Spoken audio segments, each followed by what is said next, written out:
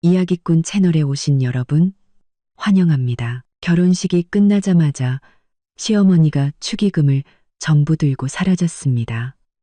그리고 남편은 제게 3억의 빚을 갚아달라고 하더군요. 제 인생 최악의 날이 될 뻔했지만 제가 미리 준비해둔 종이 한 장의 시댁 식구들은 전부 무릎을 꿇고 말았습니다. 오늘 이야기꾼이 들려드릴 이야기는 제 결혼식 날 벌어진 막장 드라마보다 더 막장 같은 사이다. 복수극입니다. 결혼식의 소란스러움이 아직 귓가에 맴도는 듯했습니다. 공기 중에는 샴페인과 신선한 꽃, 그리고 달콤한 디저트의 향기가 뒤섞여 있었죠. 박서윤은 고가의 맞춤, 피로연 드레스를 입고 하이힐을 신은 채 온종일 서 있었습니다. 피곤했지만 옆에선 멋진 수트 차림에 잘생긴 남편 이도현을 바라보며 미래에 대한 달콤한 꿈에 부풀어 올랐습니다. 사실 저희 부모님은 처음엔 이 결혼을 썩 탐탁지 않아 하셨습니다. 이도현의 집안 형편이 평범한 데다 시어머니 될 사람이 좀 교활하고 계산적으로 보인다는 이유였죠. 하지만 제 고집을 꺾지 못하시고 결국 이렇게 호화로운 결혼식을 열어주셨습니다. 결혼식의 모든 비용은 양가의 합의에 따라 저희 집에서 먼저 지불하고 나중에 들어온 축의금으로 비용을 정산하고 남는 돈은 저희 신혼 자금으로 모자라면 채워넣기로 했습니다. 저희 부모님은 신랑 측을 배려하는 마음으로 서울 최고의 5성급 호텔 연회장을 잡고 최고의 웨딩 플래닝 팀을 섭외했습니다. 총 비용은 약 3천만 원 정도였죠. 저희 집은 부모님이 사업을 하셔서 형편이 넉넉한 편이라 그 정도 돈은 큰 부담이 아니었지만 그래도 규칙은 규칙이니까요. 하객들이 모두 돌아간 뒤 저와 이도현 그리고 양가 부모님은 연회장 옆 휴게실에 남아 정산을 위해 모였습니다. 저는 시큰거리는 발목을 주무르며 이제 한숨 돌리나 싶었죠. 오늘 들어온 축의금이면 결혼식 비용을 충당하고도 남아 우리 부부의 첫 시작 자금으로 쓸 수 있겠다 생각하며 미소 짓고 있었습니다. 하지만 제가 입을 떼기도 전에 시어머니 김미숙 여사의 한마디가 휴게실의 화기애애한 분위기를 순식간에 얼어붙게 만들었습니다. 시어머니는 미소를 지으며 축의금이 가득 담겨 묵직한 가방을 번쩍 들어 올렸습니다. 정산하기 편하도록 대부분의 현금 봉투는 그 가방에 모아두었죠. 그리고 다른 한 손으로는 이미 봉투로 빵빵해진 자신의 명품 가방을 꽉 쥐고 있었습니다. 그녀는 마치 오늘 날씨 좋다는 듯 가벼운 말투로 말했습니다. 서윤아, 도연아, 오늘 고생 많았다. 이 축의금은 엄마 아빠가 일단 맡아둘게. 너희 젊은 애들이 결혼하자마자 이렇게 큰 돈 갖고 있으면 위험하잖니. 그리고 호텔 잔금이 한 3천만 원 남았다던데 너희가 알아서 계산하고 일찍 들어가서 쉬렴. 저는 잠시 멍해졌습니다. 제 귀를 의심했죠. 우리를 위해 맡아둔다고요? 결혼식 비용은 우리 집에서 냈고 축의금의 절반 이상은 저희 집 친척과 지인들이 낸 것이었습니다. 그중에는 부모님의 사업 파트너들도 많아 액수가 결코 작지 않았죠. 그런데 그걸 그냥 통째로 들고 가버리겠다니. 심지어 3천만 원의 잔금은 우리더러 해결하라고요? 저는 무심코 부모님을 쳐다봤습니다. 두 분의 얼굴에서도 미소가 싹 가셔 있었죠. 아버지는 미간을 찌푸리셨고 어머니는 당혹스러운 표정이었습니다. 사부인이 이렇게 나올 줄은 전혀 예상하지 못하신 듯 했습니다. 어머님, 그게 무슨 말씀이세요? 저는 치밀어 오르는 불쾌감을 억누르며 최대한 평온한 목소리로 물었습니다. 이 축의금에는 저희 집 손님들이 주신 돈이 아주 많아요. 그리고 원래 축의금으로 결혼식 비용을 치르기로 했잖아요. 일단 가방 내려놓으시고 같이 계산부터 하시죠. 시어머니의 얼굴에서 미소가 살짝 옅어졌습니다. 대신 당연하다는 듯한 뻔뻔함이 그 자리를 채웠죠. 서윤아, 뭘 그렇게 서운하게 말하니? 이제 우린 한 가족인데. 내 집, 내 집이 어디 있니? 이 돈은 내가 갖고 있는 게 제일 안전해. 너희 젊은 것들 돈 씀씀이 헤픈 거 내가 모를까봐. 내가 너희 미래를 위해서 모아주는 거다. 나중에 돈 들어갈 때가 얼마나 많은데. 그리고 너도 알다시피 도연이 동생이 지금 신혼집 구하느라 돈이 급하잖니. 형하고 형수가 좀 보태주는 게 뭐가 문제라고 그래? 도련님을 돕는다고요? 제 결혼식 축의금으로요? 제 머릿속에서 무언가 펑하고 터지는 것 같았습니다. 그들의 꿍꿍이 속이 너무나 뻔히 들여다보여 헛웃음이 나왔습니다. 아들 장가 보내면서 돈 한 푼 안 쓰려는 건 물론이고 오히려 한몫 단단히 챙겨가려는 속셈이었던 겁니다. 저는 즉시 이도현에게 시선을 돌렸습니다. 제 새로운 남편, 연애 시절부터 결혼하기까지 그는 항상 다정하고 배려심 깊었으며 제 말이라면 무엇이든 들어줬습니다. 저는 그가 비록 집안은 평범해도 인품만큼은 믿을 수 있고 책임감 있는 사람이라고 생각했습니다. 지금 이 순간 저는 그가 나서서 상식적인 말을 해주길 기대했습니다. 도현 씨, 당신이라도 말 좀 해봐요. 저는 마지막 희망을 담아 그를 재촉했습니다. 이도현의 얼굴에 어색한 당혹감이 스쳐 지나갔습니다. 그는 제 눈을 피하며 머뭇거리다 결국 두 손을 펼쳐 보이며 울상보다 더 보기 힘든 난처한 표정을 지었습니다. 서윤아. 그는 말은 입술을 핥으며 자포자기한 듯한 목소리로 말했습니다. 이왕 이렇게 된 거 나도 더는 못 숨기겠다. 3천만 원 잔금은커녕 나 지금 빚더미에 앉아 있어. 빚이라니요? 무슨 빚이요? 제 심장이 쿵 하고 내려앉았습니다. 끔찍하게 불길한 예감이 들었죠. 빚이라니요? 끔찍하게 불길한 예감이 들었죠. 이도현은 심호흡을 한번 하더니 온 힘을 다 짜내는 것처럼 제 머리를 어지럽게 만드는 숫자를 내뱉었습니다. 사채. 여기저기 대부업체에서 끌어다 쓴 거 합쳐서 한 3억 정도 될 거야. 3억? 사채. 저는 발밑에 바닥이 흔들리는 것 같았습니다. 3억 원이라니 평범한 가정에게는 그야말로 천문학적인 숫자였습니다. 연봉 5천만 원 남짓한 회사원이 어떻게 그런 큰 빚을 질 수 있었을까요? 당신 도대체 뭘 했길래 그런 빚을 졌어요? 제 목소리는 충격으로 떨리고 있었습니다. 이도현은 고개를 숙인 채 점점 더 작은 목소리로 말했습니다. 처음엔 투자하다가 좀 잃었고 그걸 만회하려고 하다가 점점 더 깊이 빠졌어. 돌려막기 하다가 이자가 눈덩이처럼 불어나서 서윤아, 정말 미안해. 하지만 이제 나를 도와줄 사람은 당신밖에 없어. 당신 집은 부자니까 이 정도는 해결해 줄 수 있잖아. 내가 앞으로 소처럼 일해서 다 갚을게. 안 그러면 빚쟁이들이 나를 가만두지 않을 거야. 그는 울먹이며 제 손을 잡으려 했습니다. 저는 쏘스라치게 놀라 그의 손을 뿌리쳤습니다. 온몸이 차갑게 식어갔죠. 그랬군요. 이 완벽해 보였던 결혼은 처음부터 끝까지 철저한 사기극이었던 겁니다.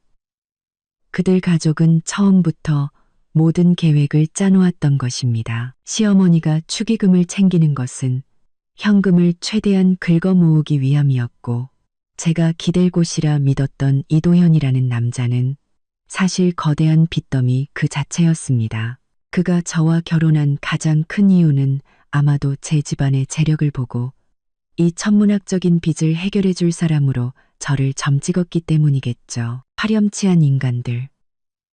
저희 부모님은 이미 분노로 얼굴이 새파랗게 질려 있었습니다. 어머니는 가슴을 부여잡고 쓰러지기 일보 직전이었고 아버지는 이도현을 향해 손가락을 떨며 한동안 말을 잇지 못하셨습니다. 이건 사기 결혼이야. 상황이 이렇게 되자 시어머니 김미숙은 조금의 죄책감도 없이 오히려 얼굴을 굳히고는 시장 바닥 아줌마 같은 태도를 보였습니다. 어머, 사돈어른. 말씀이 지나치시네요. 무슨 사기 결혼이에요. 우리 도연이가 잠시 철이 없어서 그런 거지. 젊을 때 실수 한 번 안 하는 사람이 어디 있나요? 이제 결혼해서 부부가 됐으면 기쁨은 함께 나누고 어려움은 함께 헤쳐나가야죠. 서윤이가 아내로서 남편이 어려울 때 돕는 게 하늘의 이치 아니겠어요?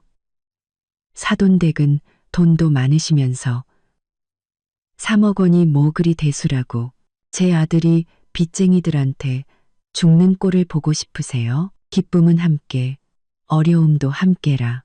기쁨이 있을 땐 자기 작은 아들 생각뿐이더니 어려움이 닥치니 저를 끌어들여 저희 집 돈으로 그 구멍을 메우려 하다니 휴게실의 공기는 꽁꽁 얼어붙은 듯 했습니다. 시어머니는 너희는 우리 손바닥 아니라는 듯 오만한 표정이었고 시아버지는 옆에서 말없이 담배만 피우고 있었습니다. 명백한 동의의 표시였죠. 이도현은 완전히 자포자기하고 제가 구해주기만을 기다리는 한심한 모습이었습니다. 그리고 저희 부모님은 충격과 분노 속에서 저를 안타깝게 바라보고 계셨습니다. 평범한 여자였다면 결혼식이 끝나자마자 닥치니 거대한 빚더미와 시댁의 파렴치한 모습에 이미 무너져 내렸을 겁니다. 하지만 저는 박서윤이었습니다. 충격과 분노, 배신감이 찬물처럼 머리 위로 쏟아진 후 저는 오히려 빠르게 냉정을 되찾았습니다. 사랑과 결혼에 대한 제 마음속 작은 환상은 산산조각 났고 그 자리에는 극도의 냉철함과 이성만이 남았습니다. 나를 계산에 넣었다고, 나를 호구로 봤다고, 사람 잘못 골랐어. 저는 이 황당한 광경과 저를 구원해주기만 바라는 이도현의 얼굴, 그리고 탐욕스럽고 뻔뻔한 시어머니의 모습을 번갈아 보며 입가에 차가운 미소를 띄었습니다. 저는 당황하지 않았습니다. 전혀요. 오히려 앞으로 한 걸음 나아가 각기 다른 표정의 시댁 식구들을 둘러본 뒤 불안과 기대로 가득 찬 이도현의 얼굴에 시선을 고정했습니다. 그리고 그곳에 있는 모든 사람이 똑똑히 들을 수 있을 만큼 명확하고 차분한 목소리로 천천히 입을 열었습니다. 바로 그 한마디에 방금 전까지 기세등등하던 시어머니는 순식간에 얼어붙었고 담배만 피우던 시아버지는 깜짝 놀라 고개를 들었으며 제 착한 남편 이도현은 동공이 축소되며 얼굴에서 핏기가 싹 가셨습니다. 마치 귀신이라도 본 사람처럼요. 저는 살짝 웃으며 또박또박 말했습니다. 이도현 씨, 혹시 잊었어요? 결혼하기 전에 당신이 서명했던 그 혼전재산 약정서랑 연대보증 계약서 말이에요. 순간 휴게실은 쥐 죽은 듯 조용해졌습니다. 시어머니 김미숙의 얼굴에 떠올라 있던 의기양양함과 뻔뻔함이 마치 얼어붙은 가면처럼 굳어버렸습니다. 그녀는 눈을 크게 뜨고 제 말이 무슨 뜻인지 이해하지 못하는 듯 했습니다. 시아버지 이강식은 담배를 쥔 손을 허공에 멈춘 채 담뱃재가 뚝뚝 떨어지는 것도 알지 못했습니다. 그리고 제 신혼 남편 이도현은 마치 벼락이라도 맞은 듯 몸을 세차게 떨며 얼굴에 극도의 경악과 불신을 드러냈습니다. 그는 입을 벌리고 저를 향해 손가락질하며 더듬거렸습니다. 무슨 소리야? 무슨 계약서? 그건 그냥 평범한 혼전재산 약정서 아니었어? 저는 그의 그 바보 같은 모습을 보며 속으로 비웃었습니다. 역시 그때 그렇게 순순히 서명한 건 내용을 제대로 읽어보지도 않았기 때문이었습니다. 아니면 애초에 사랑의 눈먼 부잣집 딸인 저를 우습게 보고 그저 형식적인 절차라고만 생각했겠죠. 저는 천천히 제가 들고 있던 작은 클러치 백에서 얇은 태블릿 PC를 꺼냈습니다. 다행히 중요한 물건은 항상 제가 직접 챙겼죠. 익숙하게 잠금을 풀고 암호화된 폴더를 열어 그들의 얼굴 앞으로 화면을 돌렸습니다.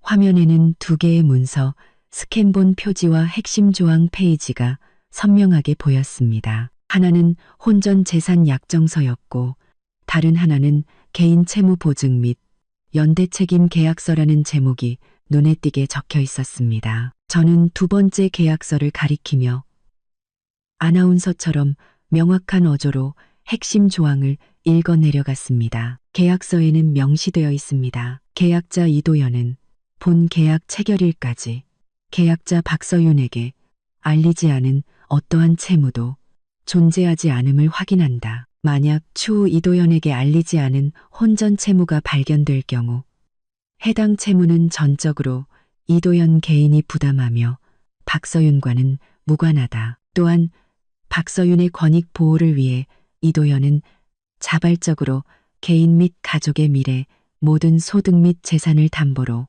박서윤이 이도연의 채무 은닉으로 인해 입을 수 있는 모든 손실에 대해 무한 연대 책임을 진다. 저는 잠시 말을 멈추고 잿빛이 된 이도연과 상황이 심상치 않음을 깨닫고 얼굴이 하얗게 질리기 시작한 시어머니를 쳐다보았습니다. 그리고 천천히 가장 치명적인 한마디를 덧붙였습니다. 가장 중요한 건 이 계약서는 정식 법무법인의 검토와 공증을 거쳐 완전한 법적 효력을 가지며 만약 당신 이도연이 혼전 채무를 숨겨 제가 제 혼전 재산을 이용해 당신 빚을 갚게 될 경우 당신은 제가 대신 갚은 돈, 전액은 물론 연 24%의 이자까지 지불해야 한다는 내용이 명시되어 있다는 겁니다. 그리고 그 담보로 당신 명의와 당신 부모님 명의의 현재 및 미래의 모든 추적 가능한 재산이 설정되어 있고요. 다시 말해서 저는 차가운 미소를 지으며 말했습니다. 이도연 씨, 당신이 빚진 그 3억 원의 사채, 법적으로 저는 단 1원도 갚아줄 의무가 없어요. 오히려 만약 당신 내 가족의 어떤 행동, 예를 들어 오늘 어머님이 우리 부부의 공동재산인 축의금을 무단으로 가져간 행위나 미래의 당신들의 빚이 제 신용이나 재산에 영향을 미쳐 손해를 입힌다면 저는 모든 손실을 법적으로 되찾을 수 있을 뿐만 아니라 이 계약서에 따라 당신과 당신 부모님 집의 재산을 동결하고 강제 집행하여 제 손해를 배상받을 수 있다는 뜻이죠. 아, 맞다. 저는 방금 생각났다는 듯 가볍게 덧붙였습니다. 말씀드리는 걸 잊었는데 제가 대학에서 법학을 부전공했거든요. 그리고 저희 회사 법률 고문은 국내 10대 로펌의 시니어 파트너시고요. 저랑 법으로 한번 해보시겠어요? 정적, 죽음과도 같은 정적이 흘렀습니다. 방금 전까지 기세등등하던 시어머니는 마치 목이 졸린 암탉처럼 얼굴이 시뻘개져서 저를 향해 너 하고는 한마디도 제대로 하지 못했습니다. 그 묵직한 축의금 가방은 이제 그녀의 손에서 뜨거운 감자처럼 느껴졌습니다. 들고 있지도 내려놓지도 못하는 상황이었죠. 이도현은 완전히 넋이 나간 채 의자에 주저앉아 초점 없는 눈으로 중얼거렸습니다. 아니야, 그럴 리가 없어. 거짓말이야. 그냥 형식적인 거라고 했잖아. 저희 부모님은 그제야 처음의 충격과 분노에서 벗어나 저를 놀라움과 안도 그리고 두려움이 섞인 눈으로 바라보셨습니다. 어머니는 아버지의 손을 꽉 잡으시며 안도의 한숨을 내쉬었습니다. 저는 태블릿을 가방에 다시 넣고 우아하고 침착한 자세로 잿빛이 된 이도연 앞으로 다가가 그를 내려다보며 말했습니다. 이도연 씨, 이제 당신 앞에는 두 가지 길이 있어요. 첫째, 당신과 당신 어머니는 지금 당장 그 축의금 가방을 원래 자리에 고스란히 내려놓으세요. 그리고 당신네 가족은 집에 돌아가서 그 3억 사채와 이 3천만 원 호텔 잔금을 어떻게 해결할지 고민하세요. 우리 결혼은 기초부터 다시 생각해 봐야 할 것 같네요. 둘째, 만약 계속 이렇게 막무가내로 나오거나 빚을 떠넘기려 한다면 제 시선이 시어머니와 시아버지를 스쳐 지나갔습니다. 상관없어요. 제 변호사가 보낸 내용 증명이 내일 아침 당신들 손에 도착할 테니 법정에서 천천히 이야기하죠. 판사님 앞에서 이 사기 결혼과 거액의 채무를 어떻게 판결하는지 한번 보자고요. 그리고 그 연대보증 계약이 어떻게 집행되는지도 아주 궁금하네요. 말을 마친 저는 더 이상 그들 가족의 다채로운 표정을 쳐다보지 않았습니다. 몸을 돌려 부모님의 팔짱을 끼고 부드럽지만 단호한 목소리로 말했습니다. 아빠, 엄마, 가요. 여기 공기가 너무 안 좋네요. 역겨워요. 저는 하이힐을 신고 허리를 꼿꼿이 세운 채 아직 상황 파악이 덜 된 부모님을 이끌고 휴게실 문을 나섰습니다. 그 방 안의 정적과 공포, 그리고 믿을 수 없다는 절망을 완전히 뒤로 한 채 말이죠. 복도 끝에서는 아직 결혼식 축하 음악이 희미하게 들려오는 것 같았습니다. 하지만 제 결혼은 시작한 첫날부터 전혀 다른 방향으로 흘러가고 있었습니다. 하지만 저는 알았습니다. 저는 지지 않았습니다. 이 전쟁은 이제 막 시작되었고 저는 이미 모든 유리한 고지를 점령했습니다. 나 박서윤을 상대로 사기를 치려한 데가 당신들은 감당하지 못할 겁니다. 호텔 휴게실을 나오자 밤의 서늘한 공기가 얼굴에 와 닿으며 방금 전에 그 숨막히는 역겨움을 씻어주었습니다. 저는 심호흡을 하며 가슴 속에서 들끓는 분노와 공포를 가라앉히려 애썼습니다.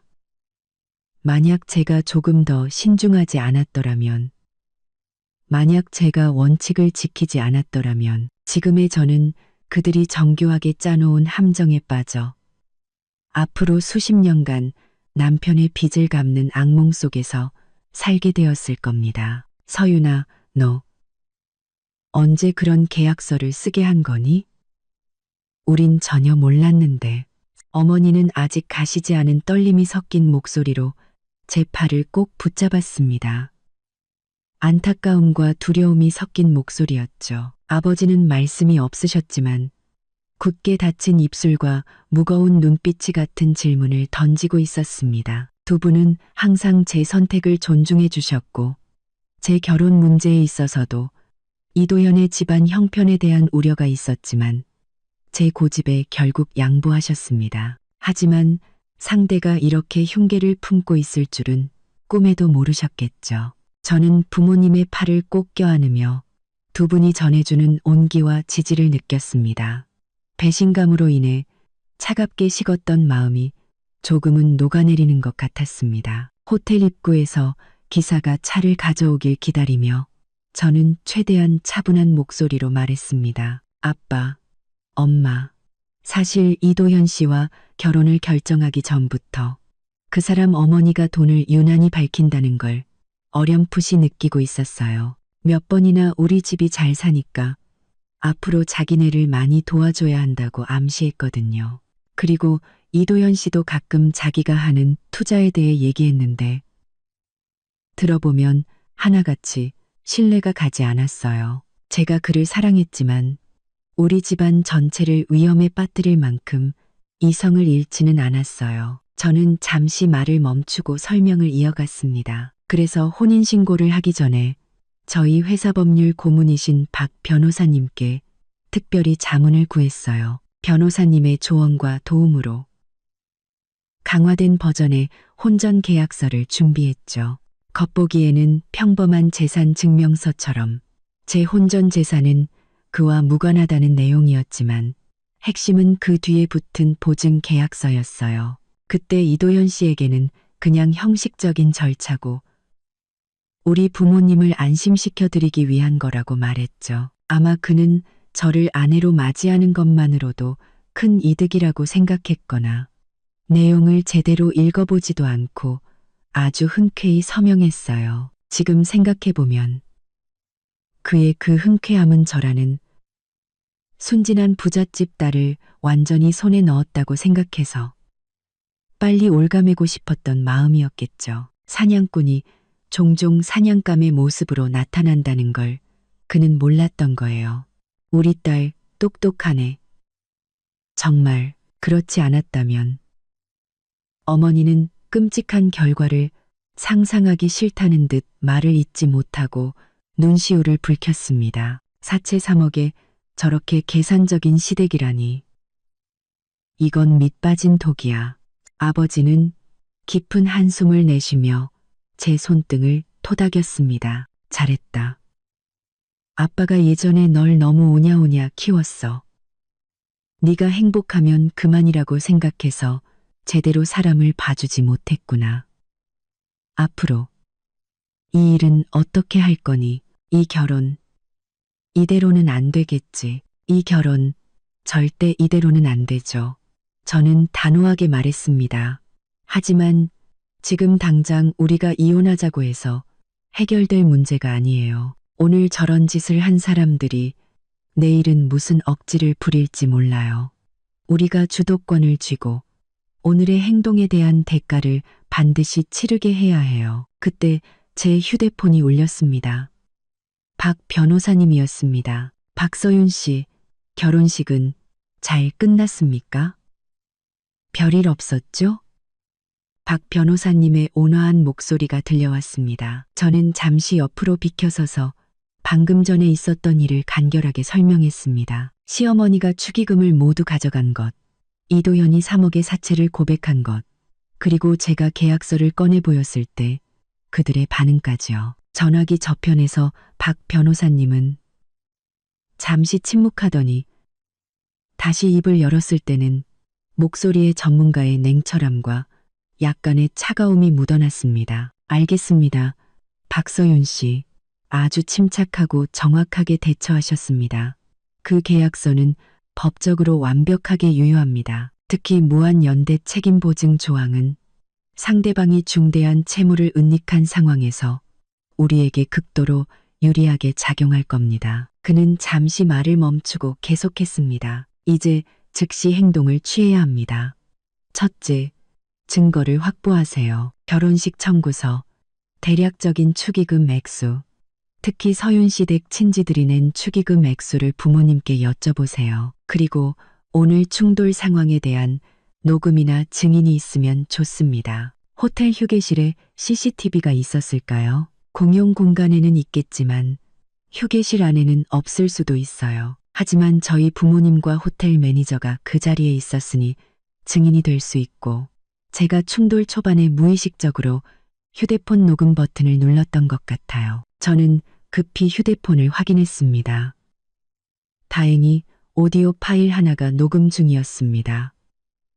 저는 즉시 파일을 저장했습니다. 이것이 결정적인 증거가 될 수 있었습니다.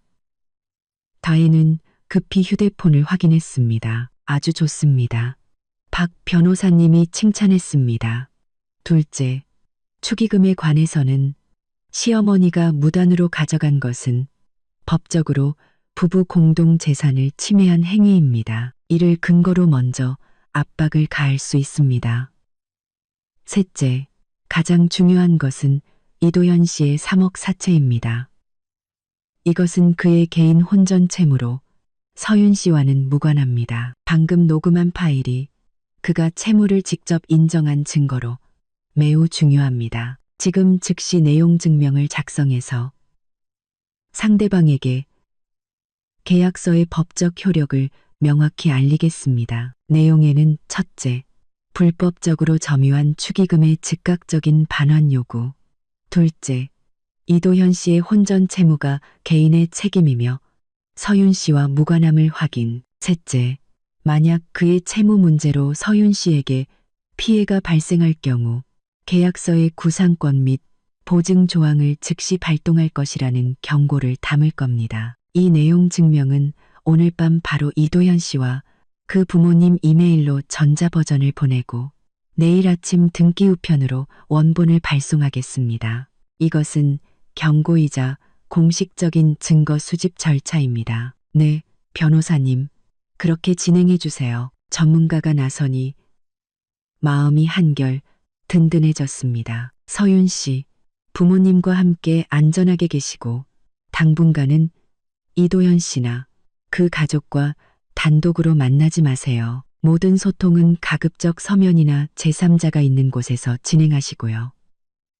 저는 모든 서류를 신속하게 준비하겠습니다. 전화를 끊고 저는 박 변호사님의 계획을 부모님께 말씀드렸습니다. 두 분은 그제야 조금 안심하는 듯 했지만 얼굴의 걱정은 완전히 가시지 않았습니다. 딸이 이런 일을 겪었는데 부모로서 마음이 편할 리가 없겠죠. 기사가 차를 가져왔고 우리는 그곳을 떠났습니다. 달콤한 추억으로 가득해야 할 그 호텔은 이제 제게 황당함과 배신감의 장소로만 기억될 것입니다. 집으로 돌아오는 차 안은 침묵이 흘렀습니다. 저는 창밖으로 빠르게 스쳐 지나가는 도시의 불빛을 보며 만감이 교차했습니다.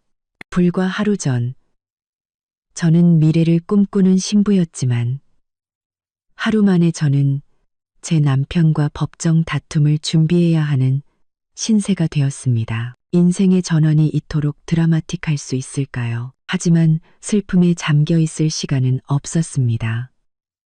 저는 휴대폰을 켜서 저희 쪽 하객들의 축의금 명단과 대략적인 금액을 정리해 박 변호사님께 보낼 준비를 했습니다. 그리고 아까 녹음했던 파일을 다시 들어보았습니다.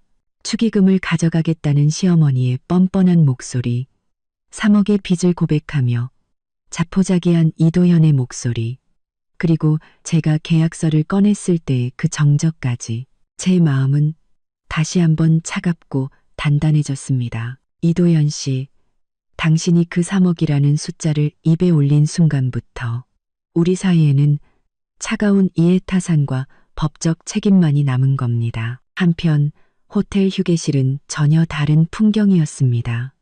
제가 부모님과 떠난 후 정적을 깬 것은 시어머니 김미숙의 날카로운 목소리였습니다. 계약서? 무슨 놈의 계약서? 도연아, 이게 대체 어떻게 된 거야? 너 언제 이런 걸 쓴 거야? 제대로 읽어보지도 않고 그녀는 꼬리 밟힌 고양이처럼 더 이상 그 무거운 축의금 가방은 신경도 쓰지 않은 채 소파에 내던지고는 아들의 팔을 잡고 미친 듯이 흔들었습니다. 이도현은 넋이 나간 사람처럼 어머니에게 흔들리며 반복해서 중얼거렸습니다. 속았어. 그냥 형식적인 거라고 했단 말이야. 어떻게 이럴 수가. 연대보증이라니. 끝났어. 다 끝났어. 닥쳐. 김미숙은 화가 나 온몸을 떨며 말없이 담배만 피우는 남편을 향해 소리쳤습니다. 여보, 당신은 말 좀 해봐요. 이제 어떡해요. 그년이 우리를 고소한대요. 우리 재산을 다 뺏어간다고. 이강식은 담뱃불을 재떨이에 거칠게 비벼끄며 얼굴이 흑빛으로 변했습니다. 그는 아내보다 더 신중했지만 마찬가지로 충격과 공포에 휩싸여 있었습니다. 소리 지른다고 뭐가 달라져. 내가 처음부터 너무 속보이지 말라고 했잖아. 지금 와서 그런 말이 무슨 소용이에요. 김미숙이 소리쳤습니다. 축의금은 어떡하고 3천만 원 잔금은 어떡해요. 그리고 도연이 빚 3억. 그거 못 갚으면 빚쟁이들이 진짜 우리 목숨을 노릴 거라고요. 사체 이야기에 이도연은 정신이 번쩍 든 듯 극도의 공포에 질린 표정으로 외쳤습니다. 엄마, 아빠, 절 구해주셔야 해요. 그 빚쟁이들 보통 놈들이 아니에요. 집까지 찾아올 거라고요. 박서윤, 그 여자가 모른 척 할 수는 없어요. 우린 부부잖아요. 부부? 걔가 아까 보인 태도가 아내의 태도디? 김미숙은 이를 갈며 말했습니다. 그렇게 순하고 착해 보이더니 독사를 품고 있었어. 처음부터 우리를 빠뜨릴 함정을 파놓고 있었던 거야. 이제 와서 그런 말은 소용없어. 이강식은 심호흡을 하며 겨우 이성을 차렸습니다. 지금 가장 중요한 건 그 계약서가 정말로 법적 효력이 있는지 알아보는 거야. 걔가 그냥 우리를 겁주려고 한 말일 수도 있잖아. 맞아. 김미숙은 마치 구명더처라도 잡은 듯 소리쳤습니다. 걔가 뭘 안다고 법 타령이야. 분명 우리를 속이려는 거야. 우리가 먼저 겁먹으면 안 돼. 하지만 이도현은 그렇게 낙관적이지 않았습니다. 그는 창백한 얼굴로 회상했습니다. 아빠, 엄마, 그때 서명한 곳이 법무법인이었어요. 변호사도 있었고 공증도 받았다고요. 그리고 제가 뒷부분은 제대로 안 읽어본 것 같아요. 그는 지금 후회로 창자가 끊어질 지경이었습니다. 그때는 박서윤을 아내로 맞아 자신의 빚 문제를 해결할 생각에만 급급했지. 그 지루한 법률 조항들을 꼼꼼히 읽어볼 생각은 전혀 하지 않았던 것입니다. 바로 그때 이도현의 휴대폰에서 새로운 이메일 알림음이 여러 번 울렸습니다. 그는 떨리는 손으로 이메일을 열었습니다. 발신인은 법무법인 정이었고 제목은 이도현 씨의 혼전 채무 은닉 및 관련 사안에 대한 내용 증명이었습니다. 이도현은 손이 떨려 휴대폰을 거의 잡지 못할 지경이었습니다. 그는 첨부 파일을 열어 빠르게 내용을 훑어보았습니다. 아래로 내려갈수록 그의 얼굴은 더욱 창백해졌고 이마에는 식은땀이 송골송골 맺혔습니다. 김미숙과 이강식도 옆에서 함께 들여다보았습니다.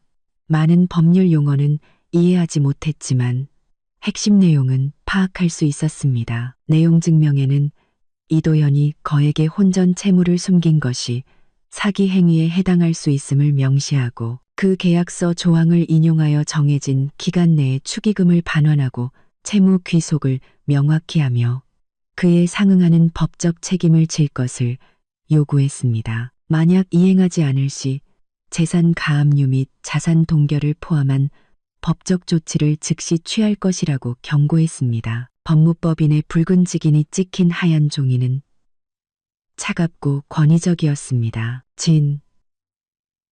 진짜였어. 김미숙은 다리에 힘이 풀려 소파에 주저앉았습니다. 마지막 남은 희망마저 산산조각 났습니다. 이강식 역시 순식간에 10년은 늙어버린 듯 힘없이 앉았습니다. 그는 아내보다 이런 공식적인 법률 문서의 의미를 더 잘 알았습니다. 상대방은 장난치는 것이 아니라 진심으로 행동에 나선 것이었습니다. 3억을 어떻게? 이도현은 머리를 감싸쥐고 절망적으로 바닥에 주저앉았습니다.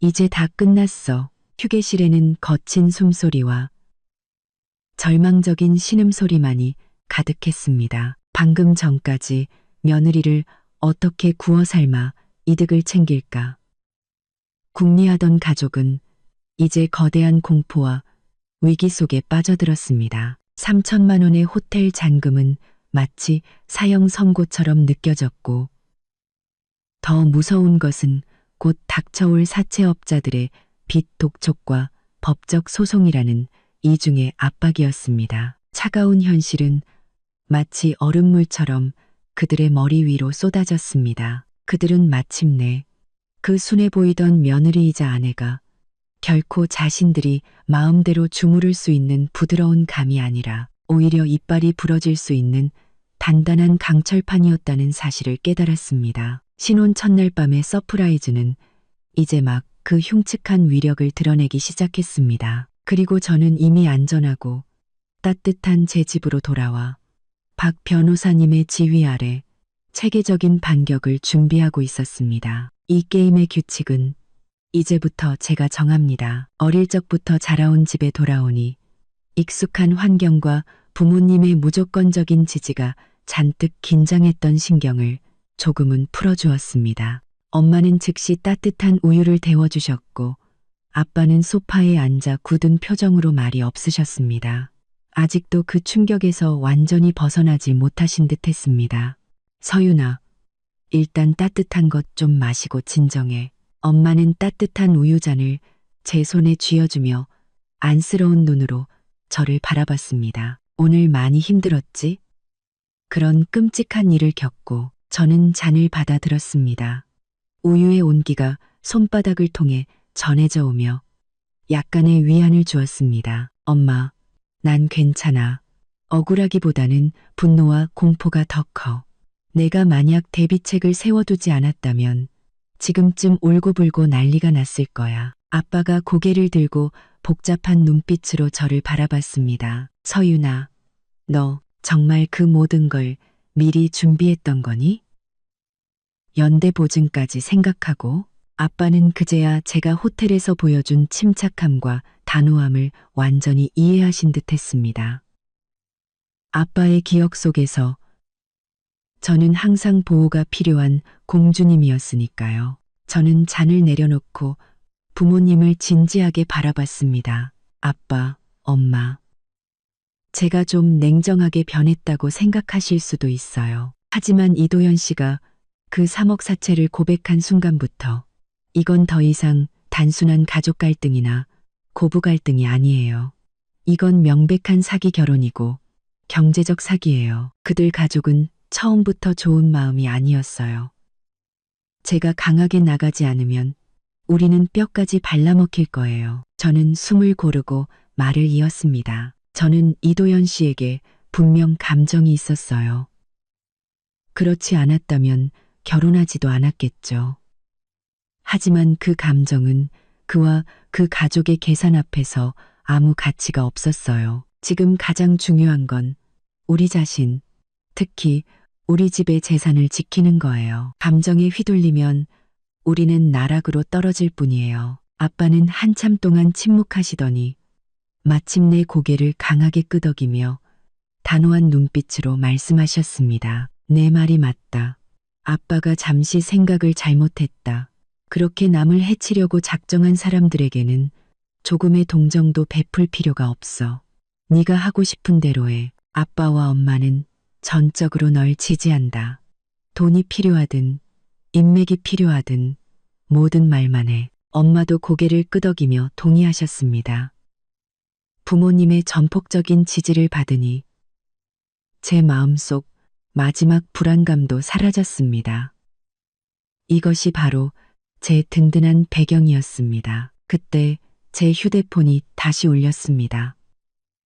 박 변호사님이었습니다. 서윤 씨, 내용 증명은 이도현 씨와 그 부모님 이메일로 모두 발송했습니다. 그리고 서윤 씨가 보내준 축의금 명단과 이도현 씨가 채무를 인정한 녹음 파일을 근거로 재산가 압류, 즉 자산 동결을 위한 긴급 서류 준비를 마쳤습니다. 박 변호사님의 목소리는 평소보다 조금 빨랐습니다. 상대방이 계약서의 존재를 알았으니 재산을 신속하게 빼돌릴 가능성이 있습니다. 특히 그 축의금 같은 현금성 자산은요.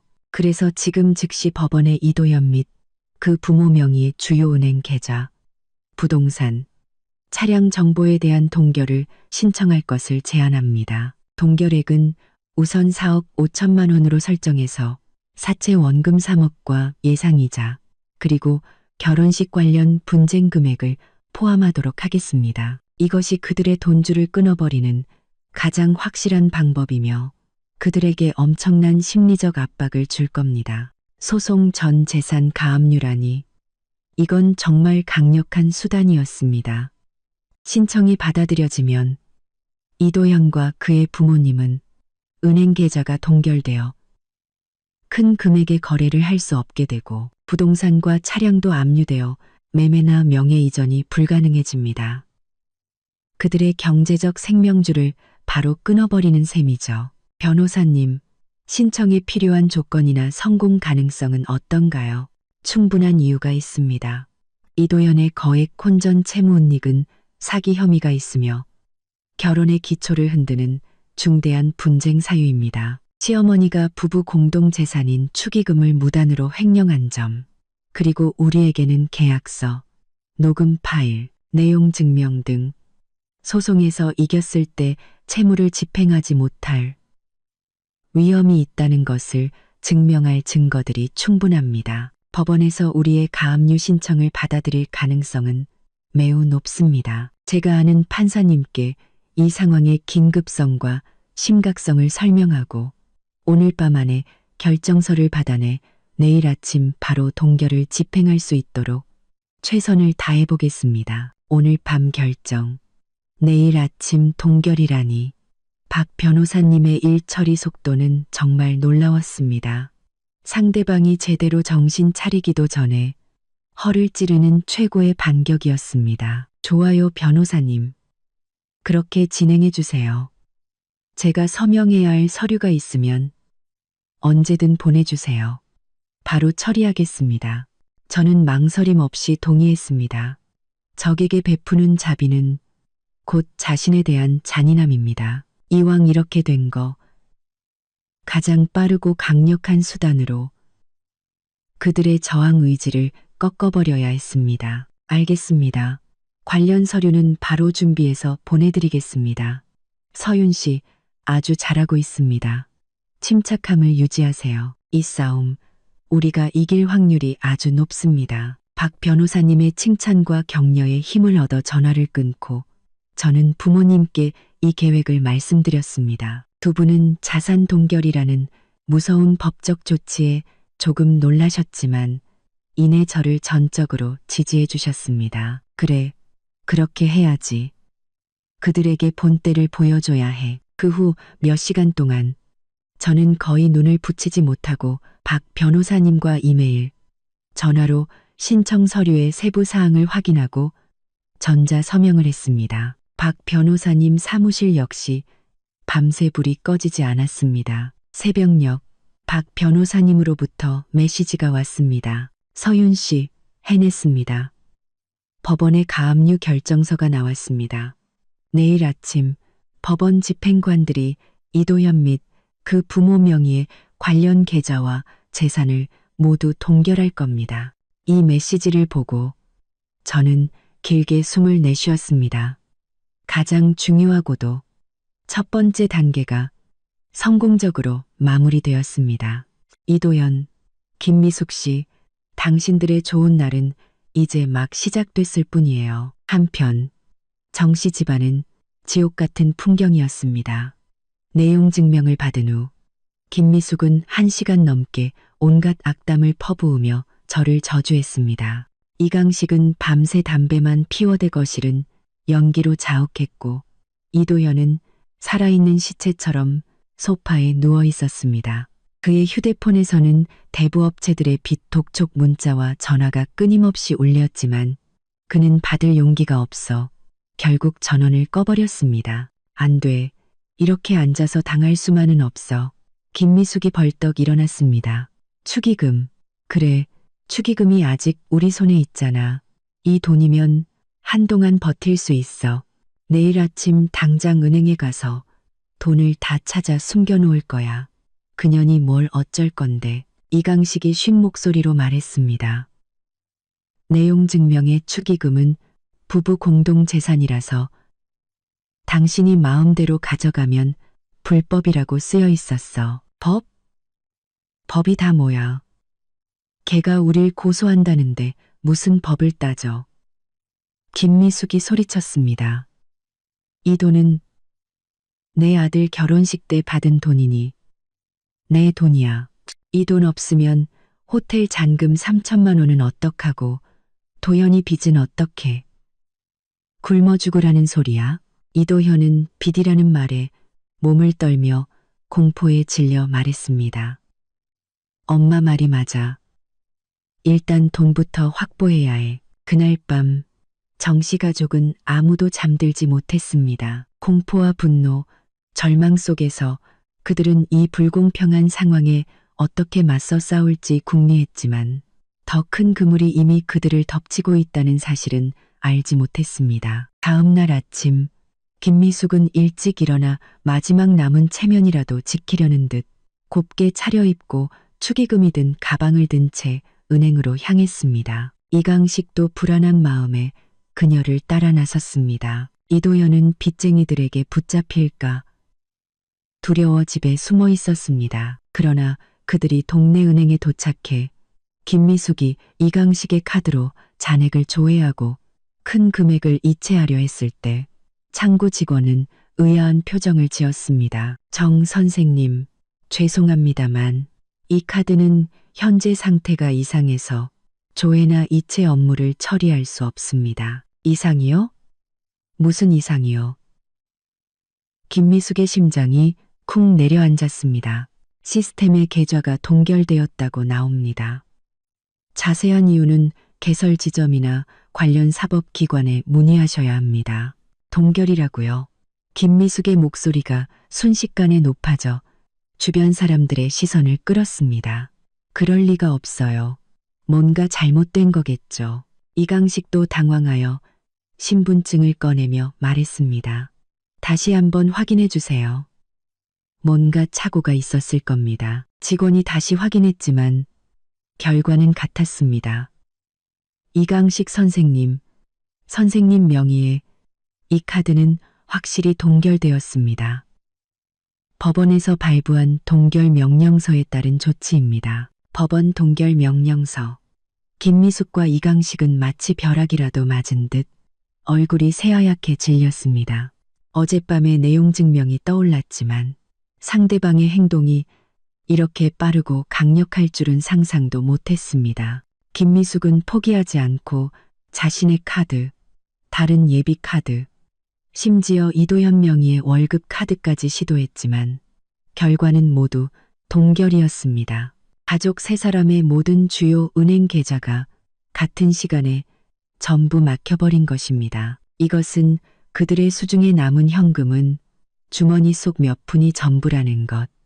더 이상 카드 결제가 필요한 어떤 소비도 할 수 없다는 것. 그리고 사실상 금융죄수가 되었다는 것을 의미했습니다. 김미숙은 마침내 이 연속된 충격을 견디지 못하고 은행 로비 한가운데서 날카롭고 처절한 비명을 지르며 바닥에 주저앉았습니다. 이강식 역시 온몸을 떨며 겨우 창구에 기대 쓰러지지 않았습니다.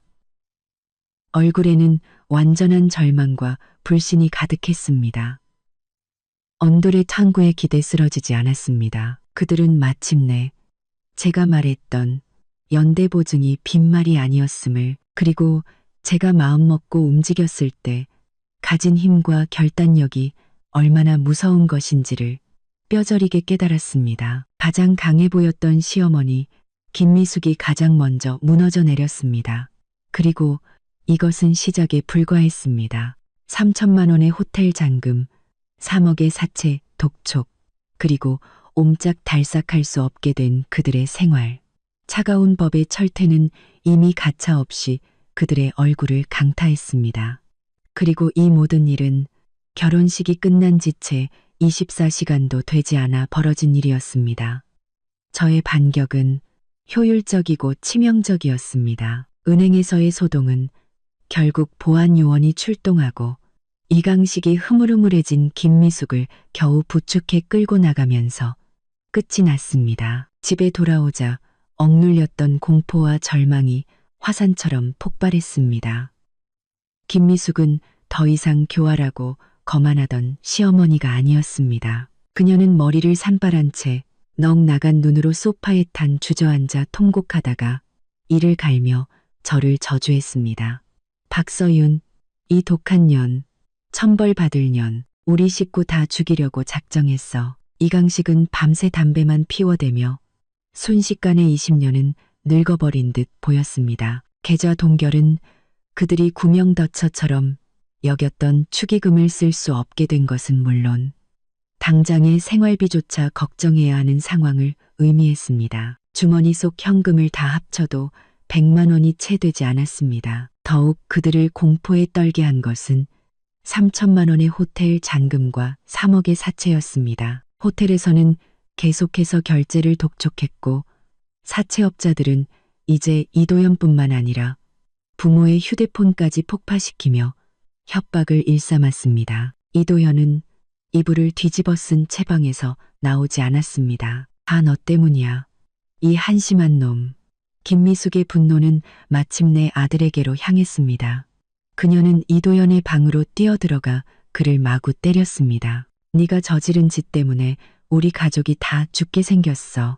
그만해. 이강식이 소리쳤습니다. 때린다고 해결될 일이 아니잖아. 방법을 찾아야지. 무슨 방법? 돈이 다 묶였는데 그년한테 가서 빌기라도 하라는 거야? 박서윤에게 빈다. 이 말에 세 사람은 침묵했습니다.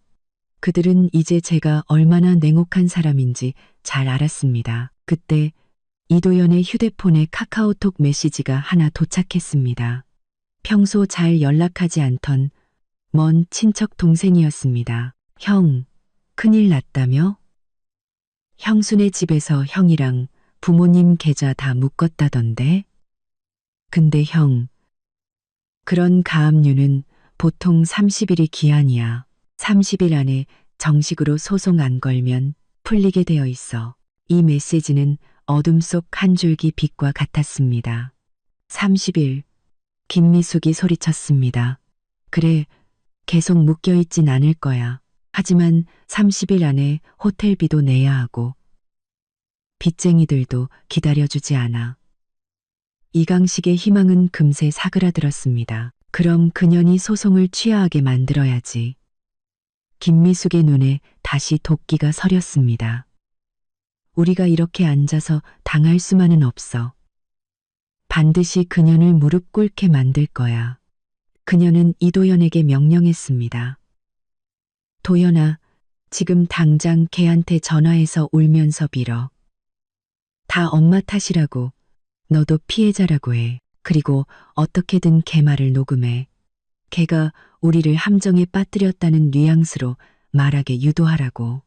녹음만 있으면 우리도 협상할 카드가 생기는 거야. 이도현은 거대한 압박감과 계좌 동결 해제에 대한 갈망 속에서 어머니의 계략에 동의했습니다. 그는 떨리는 손으로 제게 전화를 걸었습니다. 그 시각 저는 제 명의의 도심 속 고급 오피스텔에 있었습니다. 박 변호사님으로부터 상대방이 궁지에 몰리면 무슨 짓을 할지 모르니 조심하라는 경고를 받은 직후였죠. 이도현의 번호가 뜨자 저는 차가운 미소를 지으며 녹음 버튼을 누르고 전화를 받았습니다. 여보세요. 서윤아. 나야. 전화기 너머로 이도현의 울먹이는 목소리가 들려왔습니다. 내가 잘못했어. 정말 잘못했어. 제발 용서해줘. 이도현 씨, 이제 와서 그런 말이 무슨 의미가 있죠? 의미 있어. 서윤아, 난 널 사랑해. 그 3억 다 엄마가 시킨 거야. 너희 집 돈 많으니까 너랑 결혼만 하면 다 해결된다고. 나도 어쩔 수 없었어. 역시 책임을 떠넘기는군요. 저는 속으로 비웃으며 차갑게 말했습니다. 그래서요? 당신은 마마 보이고 모든 건 엄마 탓이라는 말을 하려고 전화했어요? 아니. 서윤아. 제발. 호텔에서 계속 독촉 전화가 와. 우리 엄마는 오늘 은행에서 쓰러지셨다고. 제발 한 번만 우리를 살려주면 안 될까? 그 계좌 동결만이라도 풀어줘. 역시 돈 때문이었습니다. 저는 잠시 침묵하며 그가 희망을 갖게 한 뒤 비웃음 섞인 목소리로 말했습니다. 이도현 씨, 내용 증명 내용 잊었어요? 당신 빚은 나와 무관하고 호텔 잔금은 당신 어머니가 축의금을 훔쳐갔기 때문에 생긴 문제예요. 왜 내가 내 돈으로 당신들이 판 구덩이를 메워야 하죠? 하지만 우린 가족이잖아. 넌 정말 그렇게 독해. 우리가 망하는 걸 꼭 봐야겠어? 박서윤, 너 솔직히 말해. 처음부터 나랑 잘해볼 생각도 없었지? 그 계약서 다 오늘을 위해 계획한 함정이었지. 너야말로 사기꾼이야. 드디어 본색을 드러내는군요. 저는 더욱 침착하게 말했습니다. 이도현 씨, 착각하지 마세요. 사기꾼은 3억 빚을 숨기고 아내를 현금 인출기로 쓰려던 당신이에요. 그 계약서는 당신의 실체를 몰랐을 때 제 자신을 보호하기 위한 정당 방위였고요. 그리고 당신 가족이 망하든 말든 그건 당신들이 자초한 일이지. 저 박서윤과는 아무 상관없습니다. 마지막으로 경고하는데 다시는 전화해서 귀찮게 하지 마세요. 그렇지 않으면 협박과 스토킹으로 경찰에 신고할 테니까. 저는 더 이상 그가 매달릴 기회를 주지 않고 바로 전화를 끊어버렸습니다. 녹음 파일은 물론 저장했죠. 전화기 저편에 이도현은 망연자실했을 겁니다. 그는 아무것도 얻지 못하고 오히려 저의 단호함에 다시 한번 절망했을 테죠. 어떻게 됐어? 녹음했어? 김미숙이 초조하게 물었습니다. 이도현은 넉나간 표정으로 고개를 저었습니다. 그 여자, 전혀 안 통해. 다시 전화하면 경찰에 신고한대. 우린 끝났어. 정말 끝났어. 김미숙의 얼굴에서 희망이 사라지고 그 자리를 완전한 광기와 원망이 채웠습니다. 신고? 감히? 좋아, 박서윤. 네가 그렇게 나온다면 나도 더는 봐주지 않겠어. 네가 우리를 살려주지 않는다면 다 같이 죽는 거야. 궁지에 몰린 정씨 가족은 첫 번째 반격이 실패하자 더 이상 물러설 곳이 없다고 생각했습니다. 그들은 더 음흉하고 더 무모한 수단을 꾸미기 시작했습니다. 하지만 저는 이미 모든 준비를 마치고 있었습니다. 이도현과의 통화를 끊고 녹음 파일을 저장한 후 제 마음은 놀랍도록 평온했습니다. 그들의 반응은 모두 예상 범위 안에 있었죠. 저는 즉시 녹음 파일을 박 변호사님께 보내고 상황을 설명했습니다. 변호사님은 상대방이 증거를 조작하려다 오히려 자신들의 공모 사실을 인정하는 새로운 증거를 남겼다며 앞으로 여론을 이용한 압박이 들어올 수 있으니 경계하라고 조언했습니다. 역시나였습니다. 저는 즉시 아버지께 연락해 회사와 집의 보안을 강화해달라고 부탁드렸습니다. 저 역시 당분간은 외출을 삼가고 제 오피스텔의 철저한 보안을 믿기로 했습니다. 그리고 바로 그날 오후 제 예상은 현실이 되었습니다. 친구들에게서 동시에 연락이 쏟아졌습니다. 한 유명 온라인 커뮤니티에 저에 대한 악의적인 글이 올라왔다는 것이었습니다. 충격. 재벌가 딸의 소름 돋는 사기. 결혼. 신혼 첫날 밤 변호사와 짜고 축의금 가로채 시댁 재산 동결시켜. 게시글은 모든 사실을 교묘하게 뒤집어 저를 사악한 여자로, 이도현을 순진한 피해자로 둔갑시켰습니다. 글쓴이는 제가 원래 빚더미에 앉아 있었고 이도현을 유혹해 결혼한 뒤 미리 설계한 노예 계약서로 시댁의 모든 것을 빼앗으려 했다고 주장했습니다. 글은 순식간에 퍼져나갔고 사실을 모르는 네티즌들은 저와 저희 가족을 향해 맹렬한 비난을 쏟아냈습니다. 정말 빠르고 저급한 방식이었습니다. 분노가 치밀었지만 저는 곧 이성을 되찾았습니다. 분노는 문제를 해결해주지 않으니까요. 저는 즉시 게시글 전체를 증거로 확보하고 박 변호사님께 연락했습니다. 변호사님, 상대방이 온라인에 글을 올렸습니다. 명백한 허위사실 유포와 명예훼손입니다. 박 변호사님은 신속하게 대응했습니다. 서윤 씨, 걱정 마세요. 이것은 전형적인 명예훼손입니다. 즉시 법적 조치를 취하겠습니다. 첫째, 지금 바로 게시글과 모든 댓글을 증거로 확보하여 공증을 받겠습니다. 둘째, 법무법인 명의로 해당 커뮤니티 운영사의 내용 증명을 보내 즉시 게시글을 삭제하고 글쓴이의 정보를 제공할 것을 요구하겠습니다. 불응 시 플랫폼도 함께 고소할 겁니다. 셋째, 글쓴이는 정씨 가족일 확률이 높으니 증거 확보 후 바로 명예훼손으로 경찰에 고소하고 민사소송도 함께 진행하겠습니다. 그리고 서윤 씨 변호사님이 덧붙였습니다.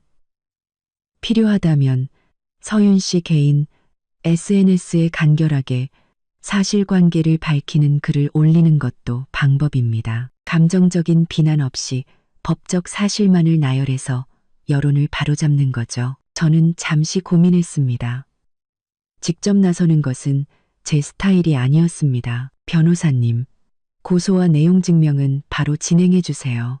하지만 제 개인적인 입장 표명은 제가 아는 언론인과 인플루언서 친구들이 몇 명 있습니다. 그들에게 이 상황을 객관적으로 알리고 사기 결혼과 온라인 명예훼손의 법적 위험성이라는 주제로 여론을 환기시켜 달라고 부탁해 보겠습니다. 제3자의 권위 있는 목소리가 제가 직접 소리치는 것보다 훨씬 효과적일 거라고 생각했습니다. 아주 좋은 방법입니다.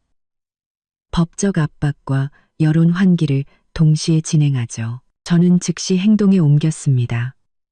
전문기관에 의뢰해 게시글을 공증하고 신문사 법조팀장인 지인과 시사평론가로 유명한 인플루언서에게 연락했습니다. 그들은 제 뜻을 정확히 이해하고 적절한 방식으로 이 문제를 다뤄주겠다고 약속했습니다. 그리고 불과 몇 시간 후 상황은 역전되기 시작했습니다. 제가 연락한 인플루언서가 결혼이 거액의 빚과 만났을 때 사기 결혼과 정당방위의 법적 경계라는 제목의 심층 분석 글을 올렸습니다. 글은 특정인을 지목하지 않았지만 혼전 채무 은닉의 법적 결과와 온라인 명예훼손의 위험성을 날카롭게 지적했습니다. 곧이어 지인이 있는 신문사 공식 SNS 계정에서도 온라인 공간은 법의 무풍지대가 아니다라는 내용의 기사를 공유하며 허위사실, 유포에 대한 경종을 울렸습니다.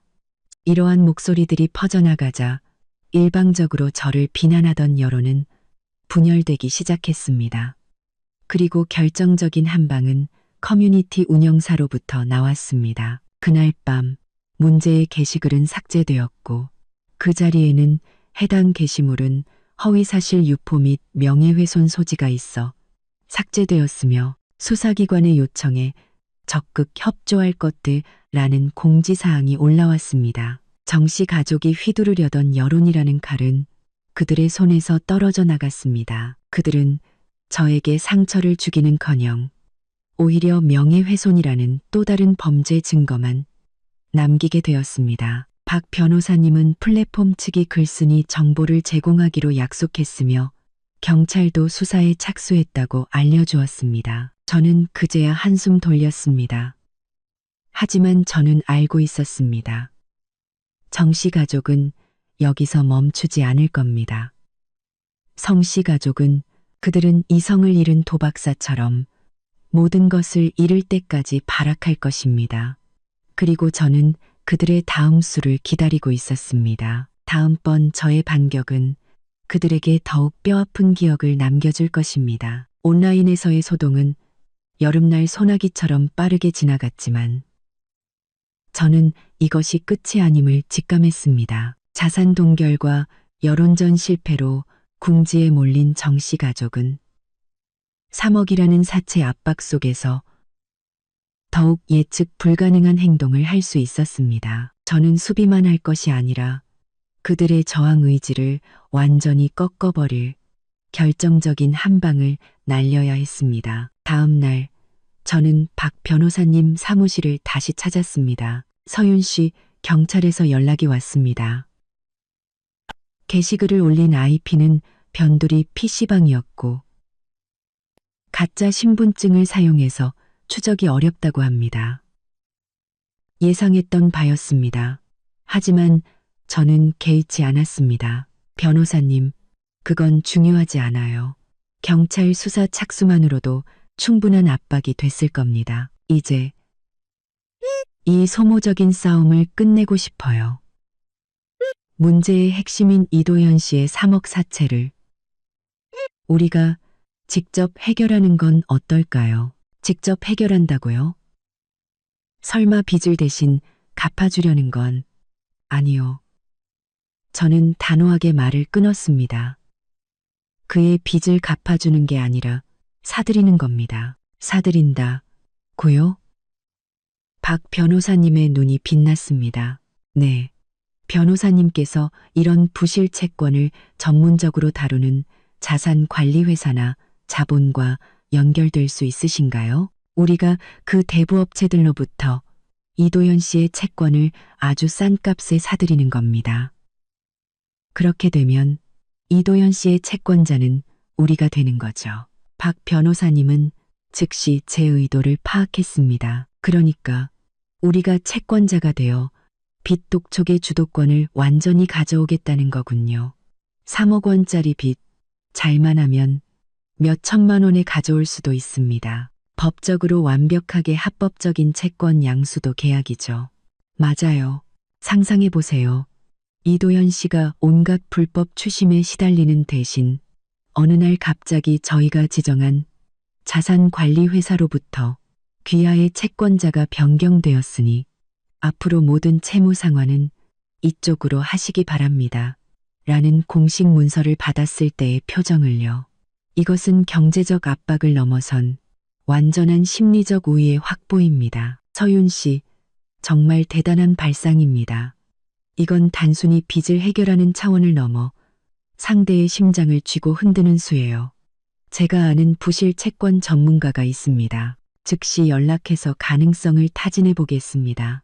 몇 천만 원의 비용으로 3억이라는 불안 요소를 제거하고 그것을 우리의 가장 강력한 무기로 바꿀 수 있다면 이것보다 더 확실한 투자는 없죠. 돈은 문제가 아니에요. 신속하고 합법적으로 어떠한 허점도 없이 진행해 주세요. 박 변호사님은 즉시 전화를 걸기 시작했습니다. 저는 이제 정씨 가족이 설령 발버둥 쳐도 결국 제 손바닥 안에서 놀아날 수밖에 없다는 것을 확신했습니다. 며칠 뒤 저는 평소 다니던 강남의 고급 에스테틱에서 스파를 받고 있었습니다. 그런데 그때 제 운전기사로부터 메시지가 도착했습니다. 실장님, 주차장에 이도현 씨 부모님으로 보이는 사람들이 실장님 차를 계속 쳐다보고 있습니다. 처리할까요? 저를 미행한 걸까요? 저는 침착하게 답장했습니다. 놀라게 하지 말고 뭘 하려는지 지켜보세요. 저는 VIP 통로로 나갈 테니 차를 그쪽으로 대기시켜 주세요. 스파를 마친 저는 VIP 엘리베이터를 타고 지하 주차장으로 내려갔습니다. 운전기사는 이미 차를 대기시켜 놓고 경계하고 있었죠. 제가 차에 오르자마자 기둥 뒤에서 이강식과 김미숙이 뛰쳐나왔습니다. 김미숙은 소리를 지르며 차를 막으려 했지만 운전기사는 능숙하게 차를 출발시켜 그들을 따돌렸습니다. 백미러 속에서 김미숙이 발을 구르며 악을 쓰는 모습이 보였습니다. 경찰에 신고할까요? 아니요, 그냥 가요. 행차 기록 영상만 잘 보관해둬요. 저는 눈을 감았습니다. 그들의 이런 저급한 행동은 그들이 얼마나 절박한지를 보여줄 뿐이었습니다. 채권 매입 계획을 더 서둘러야겠다고 다짐했습니다. 다음번에 그들이 제게 접근했을 때는 이렇게 쉽게 놓아주지 않을 겁니다. 그리고 며칠 후 박 변호사님으로부터 결정적인 소식이 왔습니다. 서윤 씨, 채권 매입이 성공적으로 마무리되었습니다. 채권 원금 3억을 6천만 원에 인수했습니다. 이제 이도현 씨의 채권자는 법적으로 우리가 지정한 회사입니다. 더불어 이혼 소송을 제기할 시기도 무르익었습니다. 네, 변호사님. 바로 진행해 주세요. 이 지긋지긋한 관계를 법적으로 완전히 끝내고 싶어요. 그렇게 저는 이혼 소송을 제기했습니다. 법원의 소장과 출두 명령서가 정씨 집에 도착했을 때 그들의 반응은 불보듯 뻔했습니다. 법원은 예정대로 조정을 진행했지만 김미숙의 고성과 이도현의 눈물 연기 속에서 조정은 결렬되었습니다. 마침내 재판날이 되었습니다. 저는 단정한 정장 차림으로 박 변호사님과 함께 원고석에 앉았습니다. 피고석의 이도현은 완전히 망가진 모습이었고 김미숙의 얼굴에는 도끼만 가득했습니다. 재판은 일방적이었습니다. 박 변호사님은 우리가 수집한 모든 증거, 혼전 계약서, 녹음 파일, 자산 동결 결정서, 명예훼손 고소장, 미행 영상, 심지어 김미숙이 제 이름으로 산부인과 진료를 예약하려 했던 기록까지 차례로 제시했습니다. 정씨 측 변호사는 속수무책이었고 김미숙은 몇 번이나 소리를 지르려다 판사에게 제지당했습니다. 그리고 일주일 후 판결이 나왔습니다. 서윤 씨, 우리가 완승했습니다. 박 변호사님의 목소리는 후련함으로 가득 차 있었습니다. 법원은 우리의 모든 청구를 받아들였습니다. 첫째, 이혼을 허가한다. 둘째, 3억 원의 채무는 이도현의 개인 채무임을 확인한다. 셋째, 이도현과 김미숙은 공동으로 축의금 중 서윤 씨 몫을 반환하라. 넷째, 이도현은 서윤 씨에게 위자료 500만 원을 지급하라. 법의 승리였습니다. 그리고 저는 그들에게 마지막 선물을 보낼 시간이 되었음을 알았습니다. 변호사님, 이제 보내주세요. 우리가 그의 채권자가 되었다는 그 통지서요. 며칠 후 저는 정씨 가족의 소식을 전해 들었습니다. 이혼 판결문과 함께 자신의 3억 빚의 채권자가 박서윤 측 회사로 변경되었다는 공식 통지서를 받은 이도현은 완전히 무너져 내렸다고 합니다. 김미숙 역시 모든 기력을 잃고 더 이상 소리칠 힘도 남지 않았습니다. 그들은 결국 살던 집을 팔아 호텔, 잔금과 일부 빚을 갚았지만 남은 빚은 여전히 거대했습니다. 이도현은 이전보다 못한 직장을 구해 부모님의 낡은 집으로 들어가 기나긴 빚 갚는 인생을 시작했습니다. 그가 갚아야 할 빚은 이제 법적으로 제게 돌아오게 될 돈이었습니다. 저는 그들의 비참한 결말에 아무런 감흥도 느끼지 않았습니다. 모든 것은 자업자득이었으니까요. 저는 부모님 댁에서 잠시 머물며 마음을 추스른 뒤 제 삶의 새로운 장을 열었습니다. 아버지의 지원을 받아 오랫동안 꿈꿔왔던 전통 공예와 현대 디자인을 접목하는 문화 플랫폼 사업을 시작했습니다. 작은 폐공장을 개조해 만든 제 스튜디오에는 따스한 햇살이 쏟아졌고 저는 그곳에서 미래에 대한 희망과 열정으로 가슴이 벅차오르는 것을 느꼈습니다. 결혼의 실패는 저를 깊은 골짜기로 밀어넣었지만 동시에 저를 더욱 강하고 성숙하게 만들었습니다. 저는 더 이상 사랑에 대한 환상에 젖어 사는 소녀가 아니었습니다. 제가 무엇을 원하는지 정확히 알고 그것을 제 힘으로 쟁취할 수 있는 여자로 다시 태어난 것입니다. 창밖으로 보이는 가을 하늘은 더없이 맑고 높았습니다. 저의 이야기는 비극으로 끝나는 것이 아니었습니다. 이제 막 진짜 저의 이야기가 시작된 것입니다.